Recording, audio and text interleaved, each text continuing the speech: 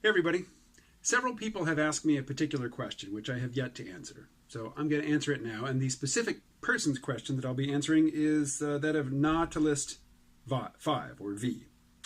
So Nautilist 5 or Nautilist V asks, can I just ask you briefly, regardless of your feelings toward antinatalists that you've encountered, do you agree with the truth of antinatalism, its conclusions?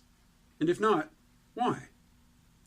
So, in no uncertain terms, no, I remain unconvinced by the antinatalist argument. Why? Basically 4 reasons. 1, it's too simplistic. Antinatalism is a very, very simplistic worldview. It basically says suffering is bad, not suffering is good.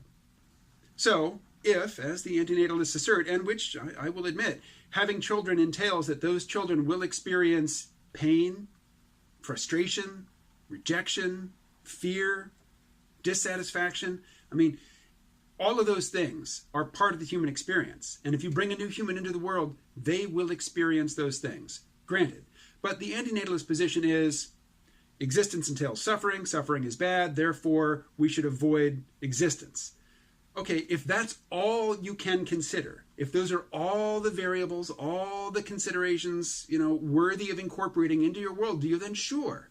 But I live in a bigger, more interesting universe than that. And also I live in a universe which is more ambiguous than that. I think that the certainty that there's a great phrase, I forget the author of it, but it goes like this. Doubt is an unpleasant condition, but certainty is absurd. I think you are absurd. I think your conclusions are absurd. I think that the amount of faith and the credulity that you invest in this very simplistic formulation, it's just not something I can follow.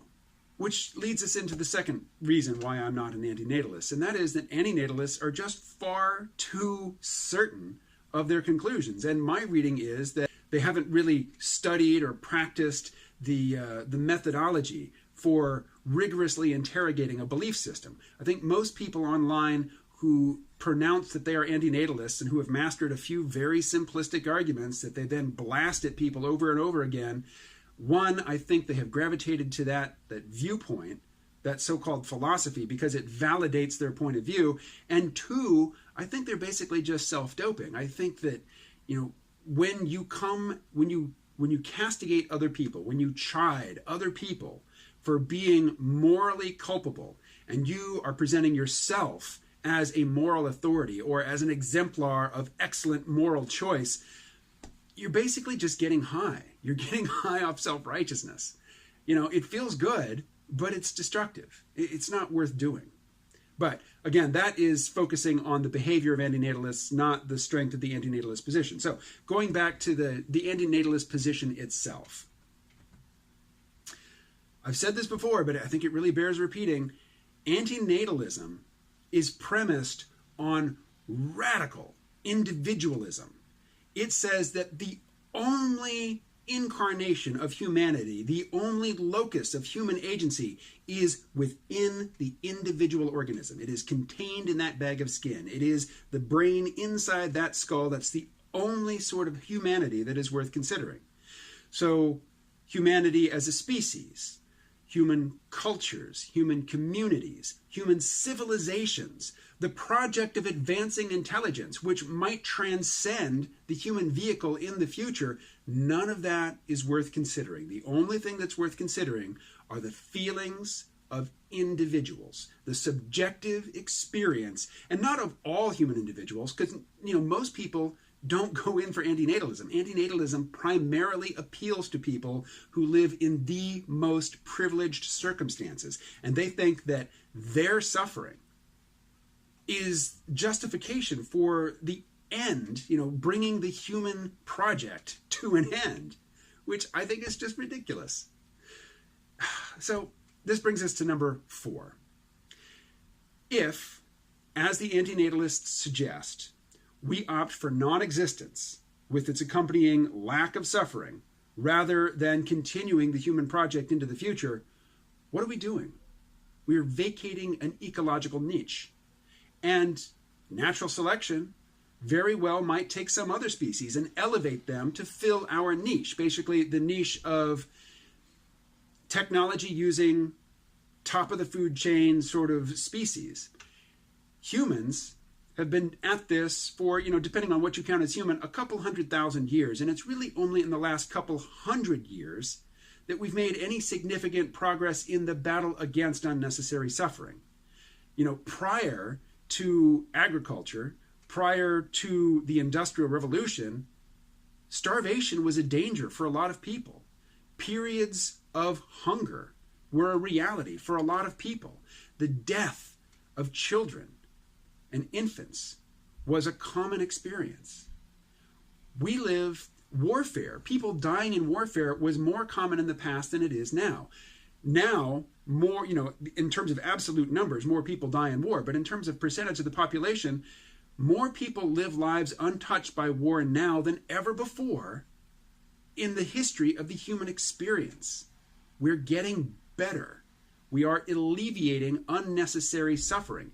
If you don't have the power to, but if you asserted that procreation is off the table because it is morally reprehensible, we will not continue the human species past the current generation, point blank.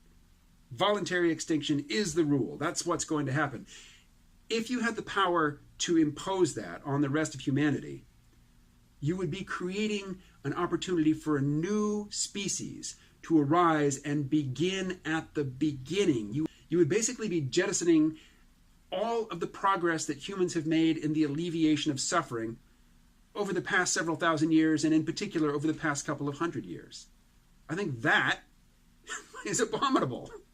There's no guarantee that by bringing the human species to a conclusion, by embracing voluntary extinction, that you would be reducing the net suffering of future generations. You'd be reducing the net suffering of future generations of Homo sapiens sapiens, but there are lots of other life forms that could rise to fill our shoes and take our place. And basically, you'd be forcing all of them to start again, back at the beginning. Which, that's a hard row to hoe. We've hoed it. We've got a good start on it anyway. Sorry, I know most of you aren't gardeners, and gardening metaphors don't mean anything to you. So there it is. 4 considerations. Antinatalism is too simplistic. Antinatalists are too certain. They're basically epistemologically naive about their conclusions. It is too hyper-individualistic. It is too focused on the subjective feelings of a tiny minority of the population. And it discounts human projects, the project of eliminating suffering. The antinatalists aren't really interested in continuing that project. They just want to bring the whole show to a conclusion. And finally, there's just no guarantee that it's going to alleviate suffering, because another species could rise to fill our niche, and they would have to reproduce all of the work that we have done over the past several centuries to reduce unnecessary suffering. So there it is. That is why I remain unconvinced by the antinatalist claim. Thanks for listening. I will talk to you again tomorrow, though not about this topic.